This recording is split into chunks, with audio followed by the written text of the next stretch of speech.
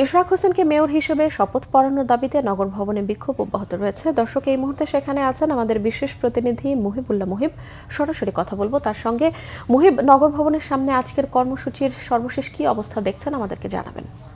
কনক, নগর ভবনে কিন্তু সকাল থেকেই ইশরাক সমর্থক যারা রয়েছে, পাশাপাশি ঢাকাবাসীর ব্যানারে বেশ উপস্থিতি আমরা লক্ষ্য করছি। তারা যেটি বারবার বলছেন যে নির্বাচন কমিশনের থেকে গেজেট প্রকাশ এবং আদালতের রায়, এই দুটিকে অগ্রাহ্য করে শপথ গ্রহণে যেই বিলম্ব করা হচ্ছে সেটি আসলে পরিকল্পিত, এবং এটিকে পরিকল্পিত হিসেবে আখ্যা দিয়ে তারা বলছেন যে স্থানীয় সরকার মন্ত্রণালয়ের দায়িত্বপ্রাপ্ত উপদেষ্টা তার ষড়যন্ত্রেই মূলত এই কালক্ষেপণ।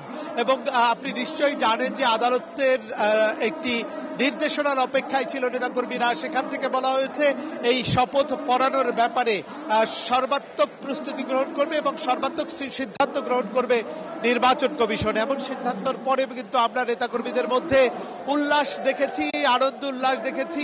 এবং আপনি নিশ্চয়ই জানেন বেশ কয়েকদিন ধরেই নগর ভবনের যে নাগরিক সেবা রয়েছে সেটি কার্যত বন্ধ রয়েছে, এবং নগর ভবনের যারা কর্মকর্তা কর্মচারী রয়েছেন তারা কিন্তু স্বতঃস্ফূর্তভাবেই এই আন্দোলনে অংশগ্রহণ করেছেন। এবং আপনি নিশ্চয়ই এটিও জানেন যে ঈদুল আজহার ছুটি হয়ে যাবে। ঈদুল আজহায় কিন্তু বর্জ্য ব্যবস্থাপনার মতো গুরুত্বপূর্ণ একটি কাজ রয়েছে সিটি কর্পোরেশনের, এবং এইরকম যদি নগর ভবনের যে নাগরিক সুবিধা বা নাগরিক সেবার কাজ বন্ধ থাকে তাহলে এই বর্জ্য ব্যবস্থাপনার এই কাজটি আসলে দুরূহ হয়ে যাবে এবং সবচেয়ে বেশি ভোগান্তিতে পড়বেন নগরবাসী।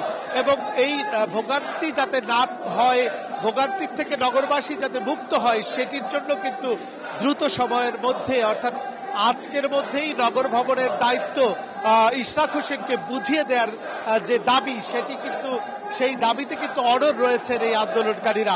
মুহিব, আপনাকে ধন্যবাদ।